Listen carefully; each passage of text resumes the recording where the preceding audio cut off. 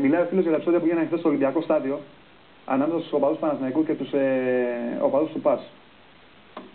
Ανεπίτρεπτα πράγματα. Ανεπίτρεπτα. Να πω ότι ήταν ρε παιδιά, έπαιζε Παναθηναϊκός Ολυμπιακός, Παναθηναϊκός ΠΑΟΚ, άντε να το καταλάβω. Όχι το δικαιολογώ, άντε να το καταλάβω. Ναι, σκηνέ. Με τα Γιάννηνα τώρα. Μα είναι δυνατόν αυτό το πράγμα. Παιδιά, άμα γίνονται επεισόδια στο Παναθηναϊκός ΠΑΣ Γιάννενα, ρε παιδιά, να το κόψουμε το πόσο. Δεν πάω, εγώ ειλικρινά μιλάω, το έχω κόψει, δεν πηγαίνω. Γιατί, θα το πω. Τι κι άντρας που είμαι, φοβάμαι που λέει και ο Πάριος. Να πάω στο ντέρμπι τώρα Ολυμπιακό, ΑΕΚ, Ολυμπιακό, Παναθηναϊκό, να γυρίσω πίσω με σπασμένα πόδια, χέρια. Μου στήχει αυτό. Χωρίς να φταίω. Και διάλεγα κάτι παιχνίδια τέτοια. Γεια σου, Αλέκο. Κάτι τέτοια παιχνίδια διάλεγα. Τώρα, άμα γίνονται και εκεί πέρα και σου πάνε κεφάλια, πού να πάω, ρε παιδιά, για πείτε μου. Για πείτε μου, να πάω σε κανένα γυναικείο μπάσκετ.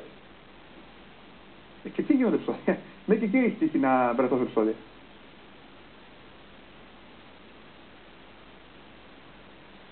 Εγώ έχω καταλήξει στο συμπέρασμα ότι δεν θέλουν να βελτιωθεί η κατάσταση όσον αφορά αυτό το θέμα.